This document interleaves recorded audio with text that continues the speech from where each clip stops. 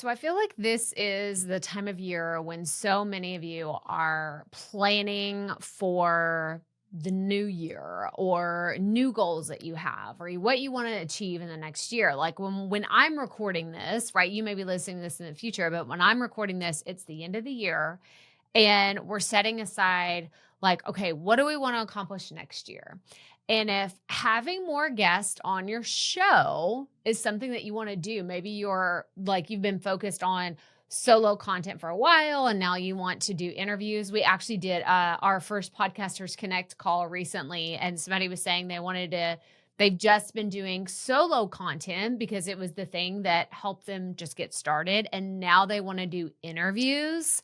We're going to cover some red flags when it comes to people pitching you as a podcast guest. Like they want to be the guest. You're the host. They want to be a guest on your show. I feel like we've talked ad nauseum, right? Like about you pitching other people to be on their show. Like you are, in that case, the guest pitching other hosts to be on their show. We've given you so many helpful tips to do that here on the podcast. But as the host, I'm going to give you tips today on some red flags that you should have your spidey senses tingling and being like, oh, we're probably not going to invite that person on the show because of X, Y, and Z.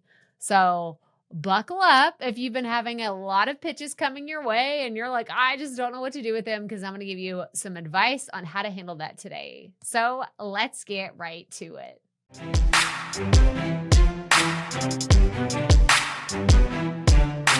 Well, hello and welcome back to the Profit Podcast. If we have not met, I'm Crystal Profit, your podcast coach, content strategist, and I'm your content therapist that's helping you work on your relationship with your content. And today is one of those that, again, like I said this in the beginning, I don't talk about this enough, but it's something that I deal with every single day as a podcast host. Like every single day. I was just barely glancing at my email before I started recording this. And I was like, there's 4 podcast pitches in there. Let's see if we're even going to open some, not even read the actual email, but let's see if I'm actually going to just open them, because it starts with so many things for me. And again, I have weird quirks that I've like said these out loud on the podcast, and students, clients, members of this community had said, I'm so glad that you brought these things up because I do these whenever I'm pitching guests. So I want you to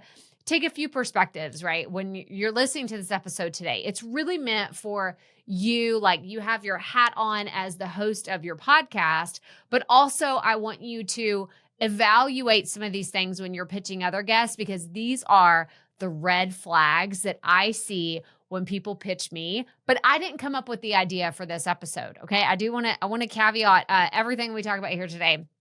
I saw this in another Facebook group that I'm a part of, and I was like, oh my gosh, I want to share this because I have lots of thoughts. Okay. So we're kind of going to do some back and forth with this anonymous post that I have here.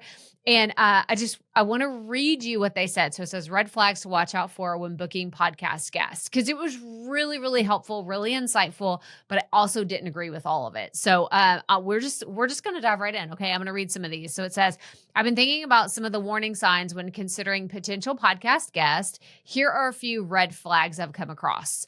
1, no pre-interview. If a guest refuses a short pre-interview or doesn't see its importance, it might signal they won't give a quality interview. I don't agree with this one. I don't agree with, and the reason why is because I don't like doing pre-interviews. Period. The end. Period. The end. Unless it's a really, really big show, it's a hard no for me. And I know you're like, oh, but Crystal, you need to be open to opportunities. Isn't that? No, I don't. And I don't have time for pre-interviews. I appreciate them. I understand their intention, but I am struggling to find time to do interviews, period. Like I only have so much time. So if that pre-interview isn't baked into the interview process, then it's probably like, it's a hard no for me. So I do disagree with this first stance, but I also think that that's just me. That's my personal style. And I don't do pre-interviews for my podcast, it's typically when I get a pitch and I know someone's going to be on the show, then we go. Like, you have such a higher chance of getting on the podcast if you have some sort of personal connection to me, my show, my community, than if you're just a random person anyway. And that kind of cuts out the need for a pre-interview. So it's not that I don't do a pre-interview at all. It's just the vetting process looks a little bit different. But I do agree with, like, if they refuse to do this at all, then it may be a red flag for something. But I'm going to like tone it down a little bit and say maybe that's a yellow flag, because I don't do pre-interviews. I don't typically do them. All right, the second thing they said, not enough time. If they don't give you enough time to give you what you need, your audience could end up with a rushed or incomplete interview. I don't agree with this one either. It's funny because I thought, I was like, for sure, I'm just going to go through. I haven't actually read this since I originally grabbed it, like, as an idea for this episode. Maybe I should have done some more pre-reading before this, but I'm like, oh, I don't agree with that one either, because I don't think it's on the guest to carry the interview. I think it's on the guest to bring their best foot forward. It's on you as the host to pull the information that you think your audience will find valuable out of the guest. That's what makes a great interview, and period. Like, the end, it's all on the host. It's not just on the guest, right? The guest brings the valuable information, but it's on you as the host to pull out the bits and pieces that your audience will find valuable. I didn't want this to turn into a brag session. I don't do this often, but I have been told multiple times that, Crystal, you are an incredible interviewer. I have. And the reason why is because constantly in my head, I am thinking, what can I pull out of this person, out of this guest, to make my audience find value, way more value in this episode than they would in other podcasts they listen to? Or if this is a guest that's been on multiple shows, how can I make our conversation stand out from other topics? Like, what are the nuggets of wisdom that we can grab that aren't the typical, like, they're going on every podcast and saying the same thing over and over again? So I will say that so it says, if they don't give you enough time to give you what you need, your audience could end up with a rushed or incomplete interview. I mean, I think that if I sat down with, Oprah for 5 minutes and asked her questions, like, we could find some value in that. So it's not on the guest to do that. It's on you as the host. So that was number 2. Number 3, control issues. Guests who try to control the questions or want to review final edits may not trust the process. This is one, I don't know, I feel a little conflicted, like, not totally for or totally against this one, because I do understand that people might get nervous, or they might stutter. Listen to me, like, as I'm saying this, I'm like stuttering over my words. I'm doing some word flubs. But I don't think that, guests who try to control the questions or want to review final edits may not trust the process. You're the host. Like, at the end of the day, like, I'm so sorry, not sorry, but the guests aren't going to come back to me and say, you absolutely cannot air that. They can't, or I guess they can, but they're not going to have the final say in what they recorded. And again, I go back to, I've never run into a control issue like that. So let me throw out that disclaimer. I've never, ever, ever had someone come back and say, I want final edits. I want this. So I guess that would be a red flag. But in my 400, this is episode 487, right? I've recorded this podcast. I've recorded hundreds of other podcast episodes, and I've never once run into this issue. So that might be like a one-off that this individual ran into. Control issues, I think, in any case, are a red flag. So I am going to agree that probably is a red flag, but I'm just going to tell you, as someone who's done this for a long time, I've never run into that issue. So don't think that that's something that's going to pop up. Hopefully it doesn't. Am I for you? I don't know, but it's not happening in my world. So hopefully it's not happening for you either. All right. That was number 3. Number 4, off-limit topics. Some guests want to avoid key topics that could interest your listeners, which limits the depth of the conversation.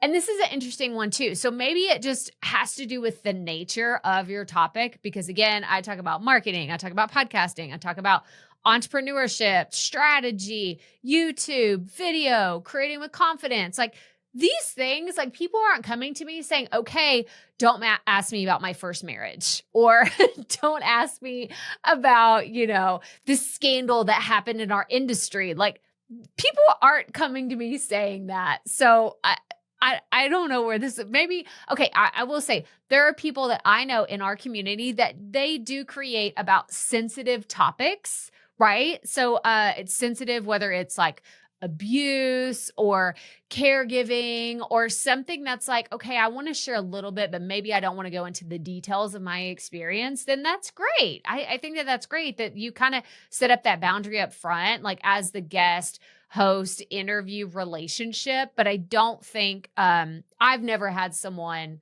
start a conversation. Again, it's probably the nature of my content and say, don't ask me about this. Okay. Cause I feel like that's kind of hostile, like right from the beginning. And maybe that is a red flag, but, yeah, again, this doesn't happen to me. So if you've had, I don't know, again, I'm just gonna throw this one out there. This is like a gray flag, right? It's not even a yellow flag. It's a gray flag. I don't even know if that's a thing, but it's like, I've never had that happen. So anyway, dodging questions. This is number 5. A guest who avoids answering questions or directs everything back to their book or project isn't serving your listeners well. I definitely agree with this, but I don't think it's a red flag. I think it's they don't know how to have a good interview. I really do. I think that is maybe a public speaking thing. Like it's their comfort zone of it, because I've worked with so many people who are heavily, heavily scripted. And if you ask them a question and it deviates from the script, they freak out a little bit. I was actually watching a CEO was interviewed recently. It was the CEO of Walmart. So talk about controversial issues, right?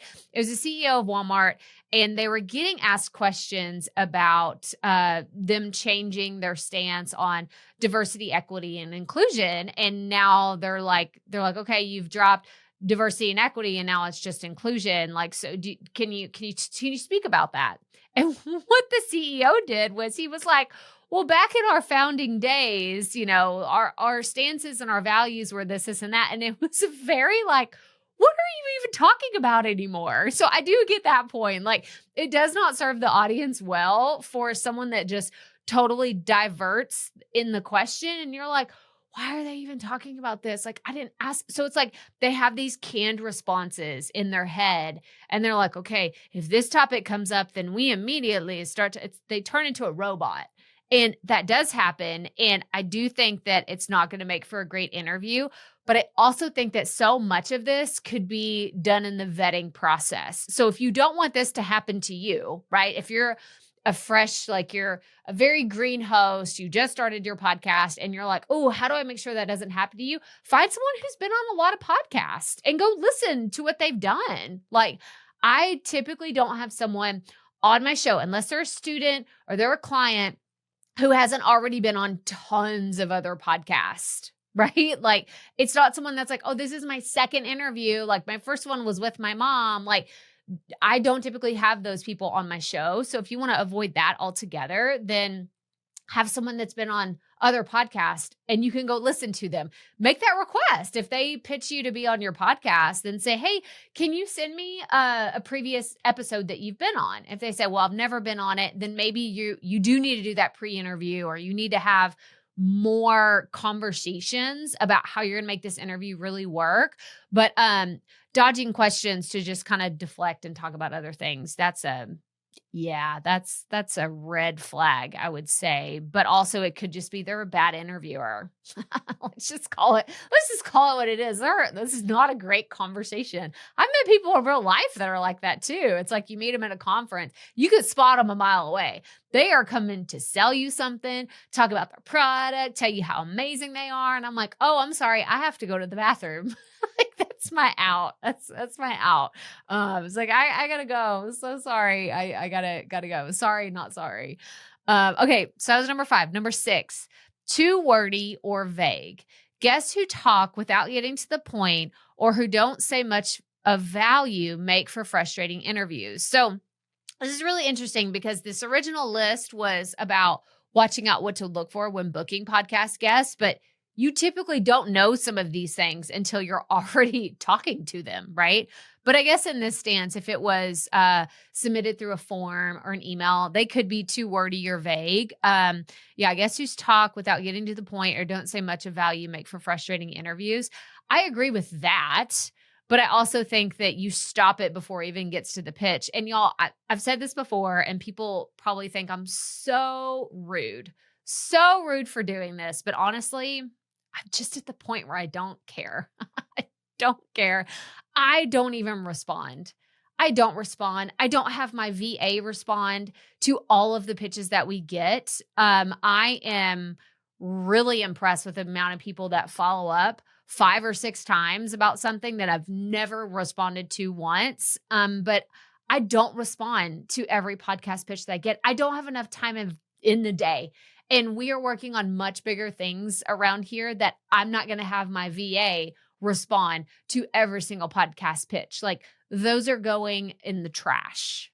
They are like the wordy ones, the ones that aren't a great fit. Like I don't find it worth my time to send someone a rejection letter. I don't like and explain why, like, or say, oh, I'm so sorry, but it's a no for now, but reach back out. No, because I don't want them to reach back out in the future. I don't like, we're getting the raw version of me today. Cause typically I don't tell you like all of my inner workings of when I'm saying I'm thinking these things. I'm not actually saying them out loud. I'm saying them out loud today. And this is truly how I feel. If something's too wordy, it's too vague, you're calling me the wrong name. And I have some previous episodes that we're going to link to in the show notes about, we've talked about this a few times before, but if I don't just no, I don't respond to them anyway. So, well, I'm sure we'll circle back around to that. But the next point is actually a really good one. It says number 7 is hard selling. Guests who focus too much on selling rather than sharing value insights aren't a great fit. 1000% agree on this. So this is the for sure way, like if you want to get rejected, right? If you want me to not respond at all, come at me really hard with a pitch for your book or your product, or that you're a multi-million-dollar something or other who has a New York Times best-selling blah, blah, blah. Like, I don't care. What does that have to do with my audience?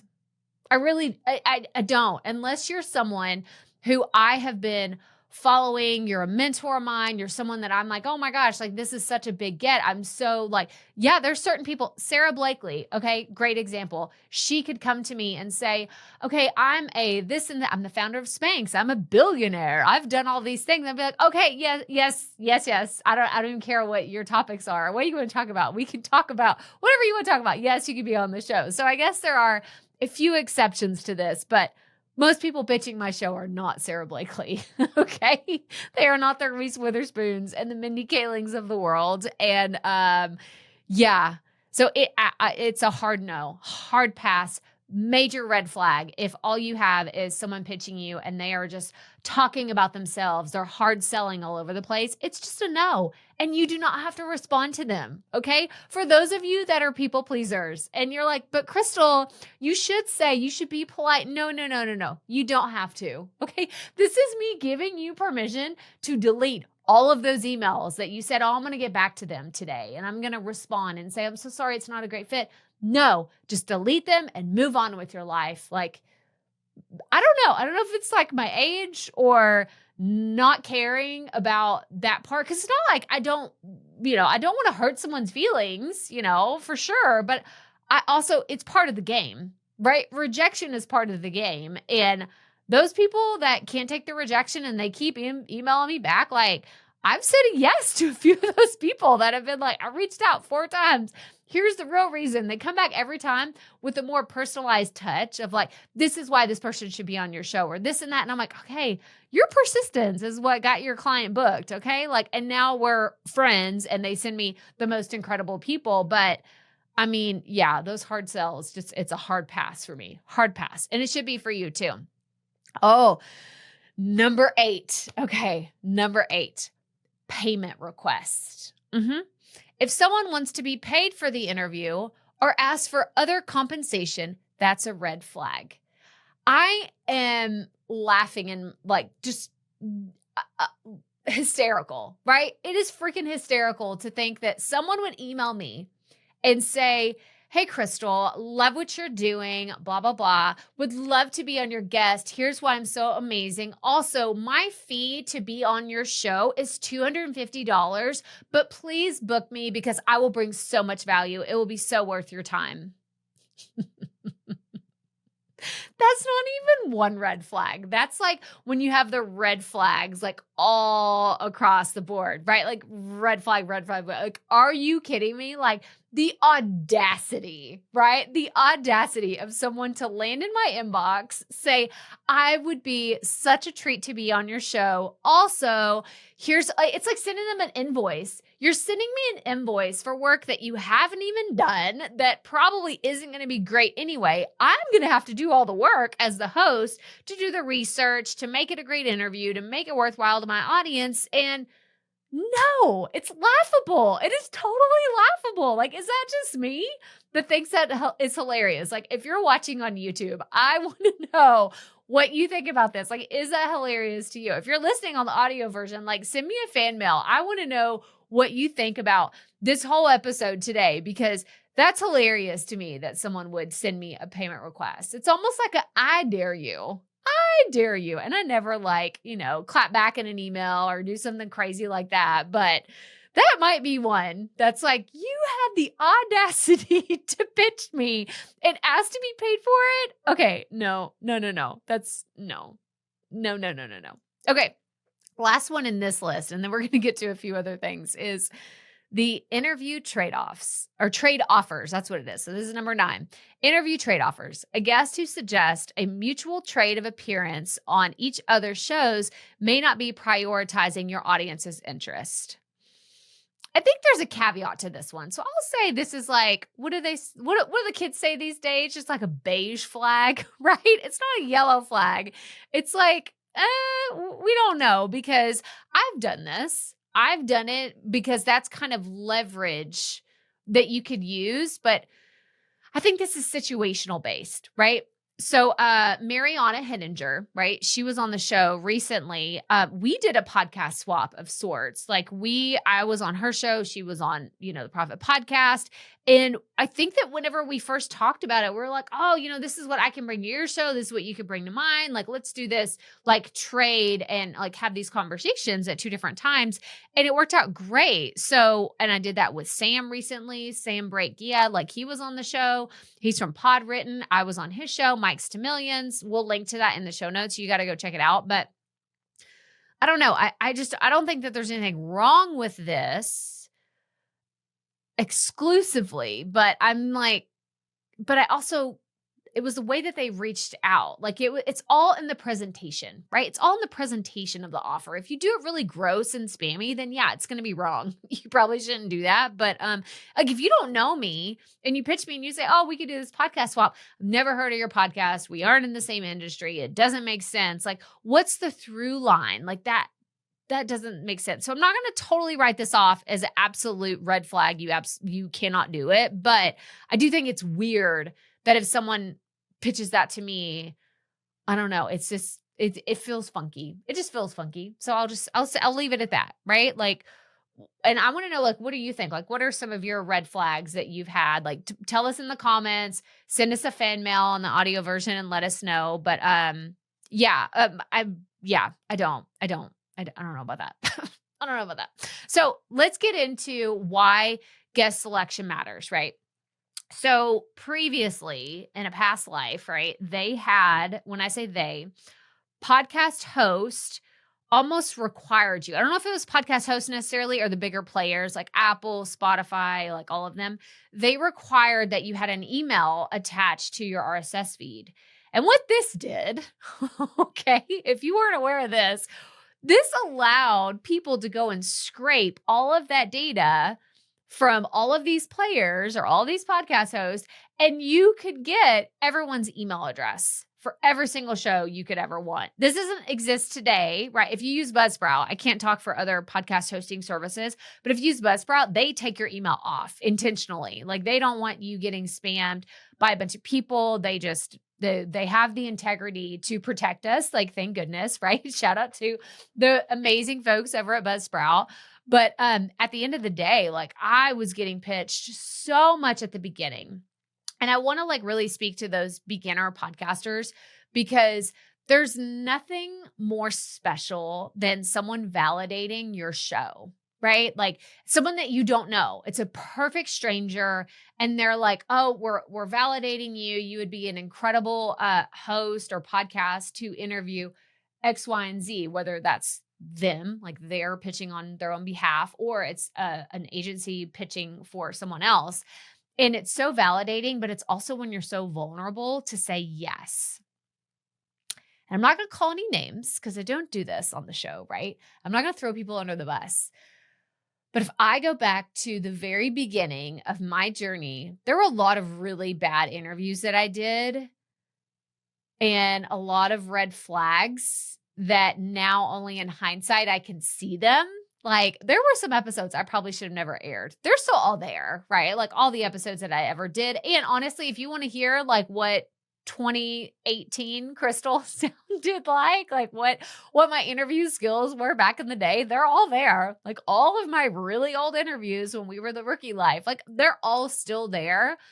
But I go back to them and I'm like, oh my gosh, like I said yes to some of these interviews and I really should have said no. Like as a courtesy to my audience, a courtesy to myself, and even a courtesy to the guests. Like I should have said no. And if anything, if this is the only thing you get out of today's interview, please know that no is a complete sentence. Okay. No, or the delete button or the archive button, like whatever you want to do. Like you don't owe every single person that is pitching you a response, a thoughtful letter of like, "Oh, I'm so sorry, but here we have to reject you." And it's very formal and it's this whole thing. And you spend so much time responding to these people. I don't have enough time in the day. I'm not doing it anymore. So again, this is your permission to say no. Say no, but thanks. If for the people pleasers out there, if you want to be more polite than I am, then you can do that. But it's okay to say no if a guest doesn't feel like the right fit for your audience. And you can really tell that from the beginning. I actually said yes to a guest earlier this year. We did an interview and I never aired it. I still will not air it. And it was my spidey senses that were telling me, this is not right. Like I should have done more vetting. And I tried to do my best to not just have big name people on the show or like industry experts. I tried to have people that this audience can relate to if you're just getting started and you just launched your show and you want to hear like the real deal, real experiences of people that are, doing this. Like they're going along the same journey as you. But there was someone that I had and I was just like, this is not, I was giving her a benefit of the doubt. I kind of felt it in the pitch and the thing. And I was like, no, it's going to be okay, Crystal. You're just being extra judgmental about this because I have my judgmental days. And I'm like, no. Like, we're going to have this person on the show. It was a terrible fit. It was not a great fit. And I think it's just one of those things that we have to move past it, but follow your gut, like follow your intuition. That I'll give that. I think that should really go a long way. But the last thing, we're going to wrap up on this, is how to vet and select the right guest, right? The number one, again, pre-interview, if you need to.